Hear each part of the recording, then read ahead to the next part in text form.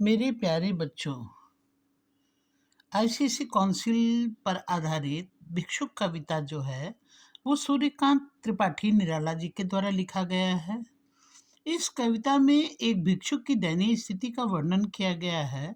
साथ ही साथ हमारे समाज में जो धनी वर्ग के लोग हैं, जो गरीबों के दुख को देखकर नज़रअंदाज करते हैं, उसका यहाँ यथार्थ वर्णन किया गया है।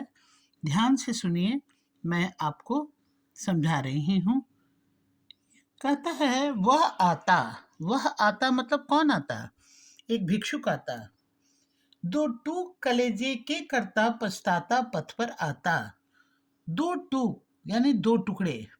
उसको इस बात का अफसोस है, पछतावा है कि उसको भीख मांगना पड़ रहा है, और भीख मांगते वक्त ऐसा प्रतीत हो रहा है मानो उसके कलेजे के दो टुकड़े हो गए हों।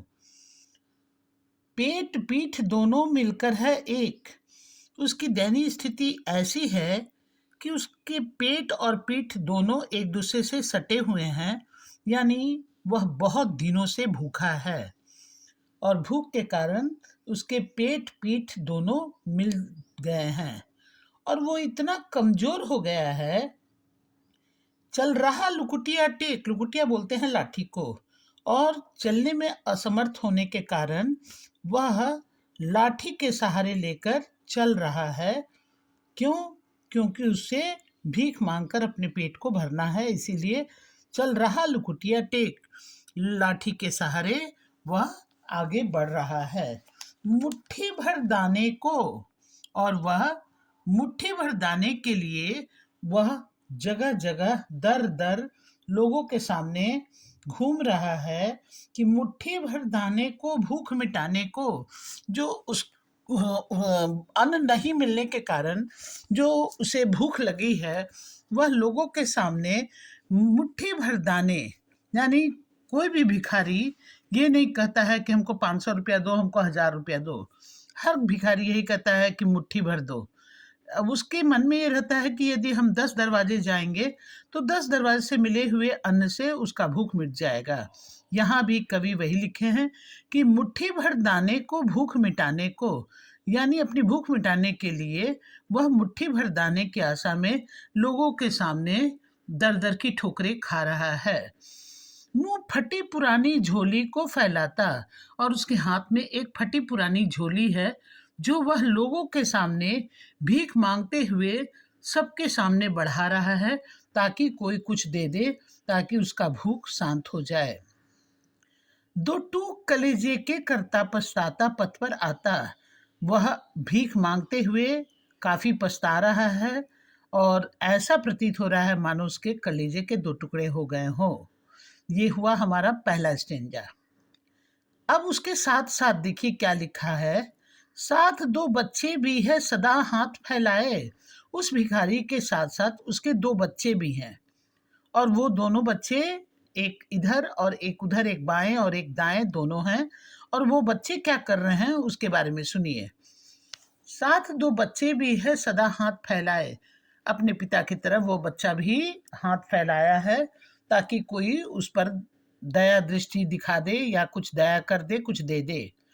बाएं से वे मलते हुए पेट को चलते, यानी बायां जो है, वो बाएं तरफ के जो बच्चे हैं वो अपने पेट को मल रहे हैं। मल रहे हैं मतलब भूख के कारण जो उसकी अम, पेट में जो भूख है, उस भूख को रोकने के लिए, कंट्रोल करने के लिए अपने पेट को वो मलते हैं, और पेट को मलते हुए वो आगे की ओर बढ़ रहे हैं ताकि वो उसका कोई कुछ दे दे, ताकि खाने के बाद वो उसके मन शांत हो जाए, और उसे काफी भूख सता रही है। नेक्स्ट कहता है, और दाहिना दया दृष्टि पाने की ओर बढ़ाए। और दाहिने तरफ जो दूसरा बच्चा चल रहा है, वो लोगों की दया दृष्टि पाने के लिए इधर उधर देख रहा है कि कहीं से कोई दया कर दे, कहीं से कोई कुछ दे दे। पर जब कुछ नहीं मिल रहा है कहीं से, तब क्या हो रहा है, भूख से सूख ओठ जब जाते, और जब गर्मी के दिन में ऐसा महसूस करते होगे तुम भी कि स्कूल में मान लो यदि तुम पानी का बॉटल लेके गए, पानी खत्म हो गया, स्कूल के टंकी का पानी खत्म हो गया और पेट में काफ़ी भूख लगा है और साथ ही साथ प्यास लगा है, तो तुम क्या करते हो? अपनी सलाइवा से, अपने लार से अपने ओंठ को भिगाते हो ताकि कंट्रोल किया जा सके। उसी तरह यहाँ भी भूख से सूख ओठ जब जाते, यानी भूख से जब उसके ओठ सूख जाते हैं, तो वो क्या करता है, दाता भूख से सूख ओठ जब जाते, दाता भाग्य विधाता से क्या पाते। जब उसके ओठ जो है बिल्कुल सूख जाते हैं, तो वो अपनी ही आंसुओं को, कुछ नहीं मिलने के कारण अपनी ही आंसुओं को पीकर रह जाता है। और उसकी स्थिति ऐसी, उसकी दयनीय दशा ऐसा है कि उसकी दयनीय दशा को देखकर भी कोई दाता नहीं बनता है, कोई देने वाला नहीं हो दे कि कुछ उसको दे उसकी स्थिति को देखकर। तब वहाँ पर वो किसी से उसको दया नहीं मिलता है और उसको खाने के लिए अन्न का एक कण भी प्राप्त नहीं होता है। और वो अनाज नहीं मिलने के कारण वो काफ़ी दुखी है। घूँट आँसुओं के पीकर रह जाते, अपनी प्यास को, अपनी भूख को मिटाने के लिए अपने आँसुओं के घूँट को पीकर वो रह जाता है। इन स्टेंजा में एक भिखारी जो है, उसकी दीनता, उसकी लाचारी, उसकी बेबसी, और लोग जो हैं, जो धनी वर्ग के लोग हैं, उनके भीतर ज़रा भी संवेदन ही नहीं है, वो संवेदनहीन हो चुके हैं, ऐसे भिखारी की दीनता पर भी उनको दया नहीं आता है। ये हुआ हमारा दूसरा स्टेंजा। अब तीसरा स्टेंजा, इसमें 2 चीज़ है, इस पूरे अभी तीसरे स्टेंजा में हम लोग देखेंगे और उसी समय हम आपको बताएँगे क्या। चाट रहे जूठी पत्तलवे कभी सड़क पर खड़े हुए। जब लोगों के द्वारा, किसी ने दाता नहीं बना, किसी ने कुछ नहीं दिया, तो लोगों के द्वारा खाकर फेंके गए जूठी पत्तलों को, जो सड़क पर पड़े हैं, उन पत्तलों को उठाकर वो चाट कर अपनी भूख को शांत करना चाह रहे हैं। तो चाट रहे जूठी पत्तलवे कभी सड़क पर खड़े हुए, और झपट लेने को उनसे कुत्ते भी हैं अड़े हुए, और उनके इर्द गिर्द कुत्ते खड़े हैं, और कुत्ते इस तरह से झपटने को तैयार है मानो कि उनके हाथ से कब पत्तल झपट ले। इन कविता में कवि हम सबों को आज की प्रतिस्पर्धा, आज जो हमारे समाज में जो कंपटीशन है, 0.5 0.25 इस तरह के, इन प्रतिस्पर्धा को, इन कंपटीशन में, आप कोई कंपटीशन में देखिए, लाखों लाखों बच्चे देते हैं, और उन बच्चों का नहीं हुआ कितना के चलते, 0.5 के चलते, 0.25 के चलते। तो ये प्रतिस्पर्धा का भी यहाँ पर कवि निराला जी ये बताना चाह रहे हैं कि हमारे समाज में कितनी प्रतिस्पर्धा है, कितना कंपटीशन है। तो कह रहे कि और झपट लेने को उनसे कुत्ते भी अड़े हुए, उन पत्तल में लगे हुए अन्न के कण को चाट कर वो भिखारी, उनके 2 बच्चे अपनी भूख मिटा रहे हैं। उन पत्तलों को देखकर कुत्ते ऐसे खड़े हैं मानो उनके हाथ से कब मौका मिले और वो झपट लें, और अड़े हैं मतलब खड़े हैं। ठहरो, अहो मेरे हृदय में है अमृत मैं सींच दूंगा।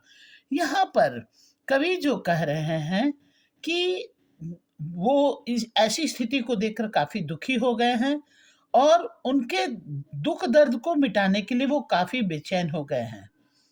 अब उनके हृदय में जो थोड़ी बहुत संवेदना या थोड़ी बहुत दया है, उन दया के द्वारा वो कहते हैं कि ठहरो मेरे हृदय में अमृत, अमृत मतलब दया, मैं सींच दूंगा, मतलब मैं उन दुख को, दर्द को दूर कर दूंगा। अब अभिमन्यु जैसा हो सकोगे तुम। यहाँ अभिमन्यु का उदाहरण इसलिए दिया गया है कि अभिमन्यु जो है सारे चक्रव्यूह में संघर्ष करता हुआ आगे बढ़ा था। उस अभिमन्यु का उदाहरण दिया है कि तुम भी अपने जीवन में संघर्ष करके ही आगे बढ़ सकोगे। और अभिमन्यु यहाँ पर जिसके भीतर दया, ममता है, वैसे लोगों के का ये उदाहरण दे रहे हैं कि तुम्हारे हृदय में है अमृत और तुम इन गरीबों का दुख को दूर कर सकते हो। यहाँ कवि उसके दुख दर्द को मिटाने के लिए ये बात कहते हैं, तुम्हारे दुख मैं अपने हृदय में खींच लूंगा। यानी तुम्हारे पास जो दुख है, मैं अपने अमृत से उस दुख को, उस तकलीफ को दूर करने का भरसक प्रयास करूंगा। और अभिमन्यु जैसा हो सकोगे तुम। यहाँ अभिमन्यु से दया, सहानुभूति, संवेदना और त्याग की प्रेरणा भी लेना है, और अभिमन्यु जैसा संघर्ष करने के योग्य अपने आप को बनाने का भी प्रेरणा दिया गया है। बच्चों, उम्मीद कर रहे हैं कि आपको ज़रूर समझ में आया होगा, और आप इसको जितना हो सके शेयर भी कीजिएगा और लाइक भी कीजिएगा।